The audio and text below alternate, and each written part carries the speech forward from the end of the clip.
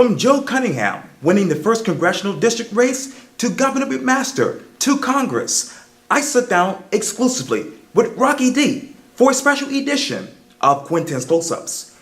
And be sure to download the free Quintin's Close-Ups app in your Apple or Google Play stores. Rouzy Vafaie, it is so good to see you again. Nice seeing you. Yes, sir. As always. I appreciate it greatly. I know that you've been very busy with the Charleston County Republican Party, as well as climate change and getting people educated about that. Yeah. Let me talk to you about the Tulsa County Republican Party. Obviously, you're the second vice chair. Yeah. And I understand that from your conversations with another person just recently, he basically said, hey, we were getting a lot of complaints the day after the election. Yeah. Talk to me more about that.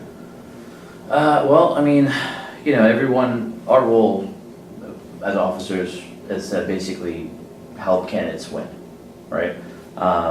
And there was a lot of frustration when Katie didn't win, when the lower ticket candidates like Tom Hartnett did not win, and there was a lot of surprise.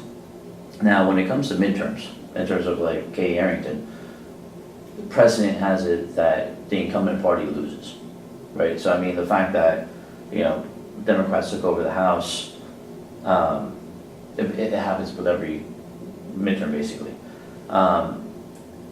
And in terms of like Katie herself, first of all, I think she overcame extraordinary odds.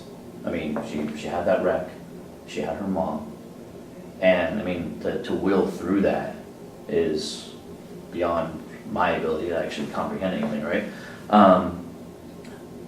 It wasn't necessarily her, it was that Joe Cunningham, in my opinion, and a lot of other people I spoke to, ran a flawless campaign. And for people that are frustrated and they blame the officers or the county GOP, this frustration has to go somewhere, and we just take the brunt of it. You take the brunt of it? Yeah. What was that like for you emotionally? I mean, you never like losing, but you have to calmly explain to people, that we did our best. We did fundraisers, we did commercials, we did social media.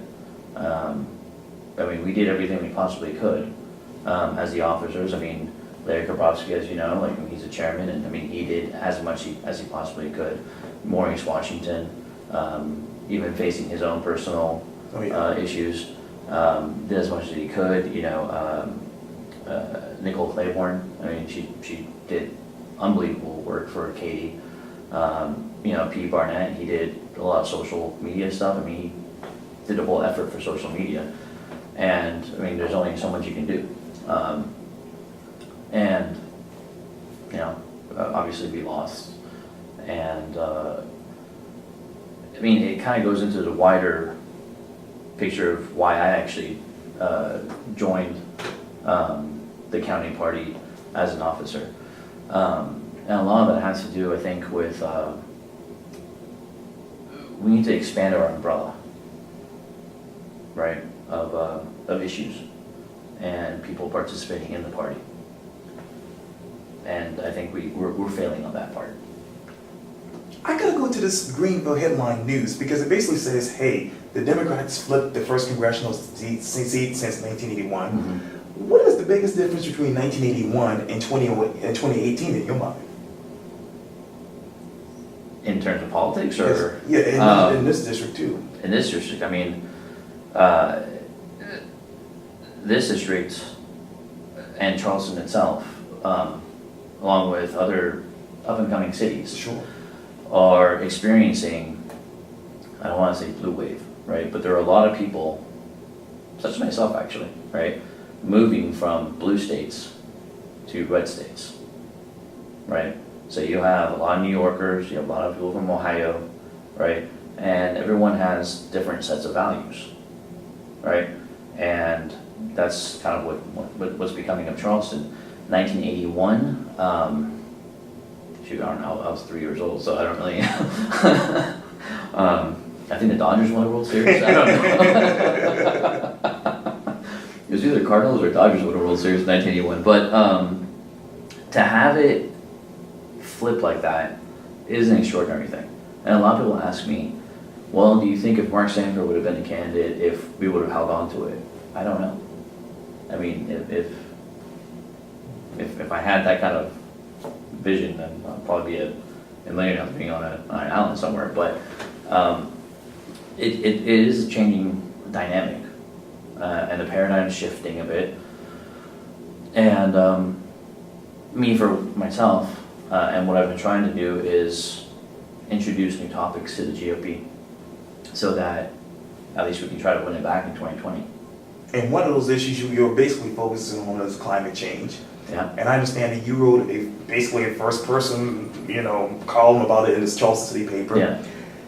If you could go back and write that particular column, what would you add to it right now? Well, I mean, from the feedback I've gotten, I think a lot of people see the words climate change, and they either completely agree with it or they completely disagree. And it's an emotional topic, like we talked about, right? And along with that, the purpose of the article I published, as well as what I would do with like former Congressman Right. Bob England, is to bring up the idea of a carbon tax, right? So as Republicans, you hear the T word and you freak out, right? Because tax is bad, right? We just do not like tax. But what people don't understand about a carbon tax is we're already paying a tax, right? So we're paying for fossil fuels to pollute, right? In terms of pollution, going to the hospital, respiratory illnesses. So what I would try to add to that article would be to expand the definition. Okay. Because a lot of people, they see carbon tax and they're like, oh, no. Why would you want to tax this? And I'm like, well, no, we're not taxing individuals. We're just going to tax corporations that pollute. It's a pollution tax. Milton Friedman, right? Quite possibly the father of conservative economics, is the first one that introduced a pollution tax, right? And this is just associated to that. Okay. So I would like to educate a bit more, and I would probably define those terms a lot more than I guess it came out during the article. You talk about definition. How would you describe or really define 2020 when you think of the 1st Congressional District? Oh, jeez. As you know, there's a slate of people coming up already who wants this seat. Yeah. How would you define that? Oh, man. 2020 is going to be wild. I mean, it started the day after the midterms. Right. I spoke to at least 3 people I know that are going to be running on Wednesday, the day after the actual election. And I pretty much believe Kay Arrington is going to be running Right. again as well. It's going to be a wild ride. In terms of what would define it,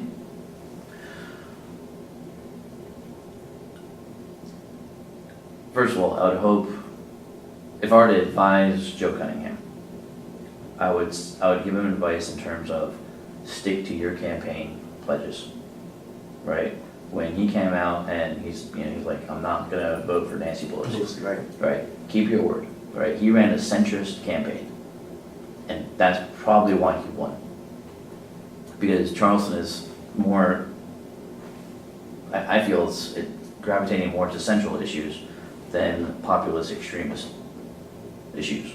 And I think, a dozen, 15 candidates or so, I think that I could think of. I would hope that a lot of them, the Republican ones, would hold true to conservative values of why they became Republicans in the first place. Like, I know why I became a Republican. I know why I am a Republican. And I would hope that these candidates do as well, and not venture to the populist extremes of the party. Obviously last year, really last summer you ran for, obviously House District 113. Yeah. What have you learned more about that particular district now that you didn't know before as a candidate? Oh, geez. First of all, that was a heck of an experience. That was, and I keep telling everyone this, that running for that seat was probably one of the best things I've ever done.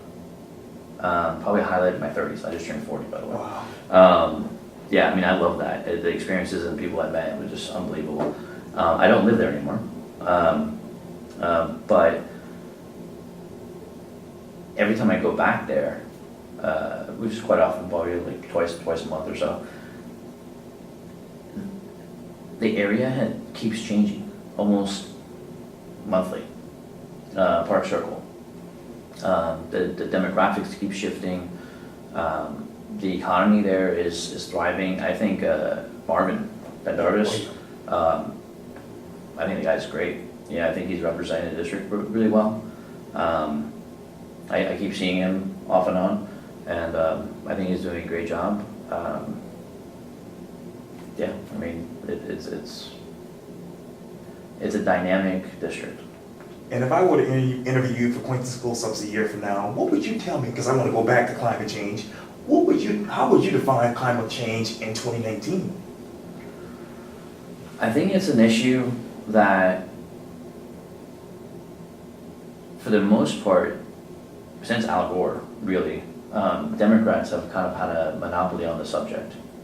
And you can call it flooding, you can call it environmental issues, you can call it climate change, whatever you want to call it.